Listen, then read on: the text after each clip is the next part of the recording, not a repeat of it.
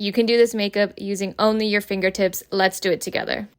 Start off with a black or gray eyeliner and tightline the top and bottom lash lines. Then take a metallic gray eyeshadow. I'm using Tom Ford Eyeshadow Quad in Body Heat. And apply all over your lid, top and bottom. I go a little bit farther underneath my eye because I like a very smoky feel, so I just go as far under my eye socket as possible.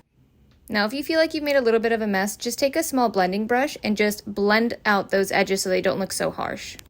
And I want this smoky eye to be different. I want it to really pop, so I'm taking a color that's very complementary to my eye color, so it's really gonna make my eyes stand out. This is more of a maroon pinky shade. Any pinks, reds, and purples, they look really great on a blue-green eye or on a deep green eye. So I highly recommend using that if you are starting out wearing smoky eyes. But this type of color just looks really great over a gray or over a black, so I really enjoy doing that. I'm blending out a few edges with a brush, and that's it.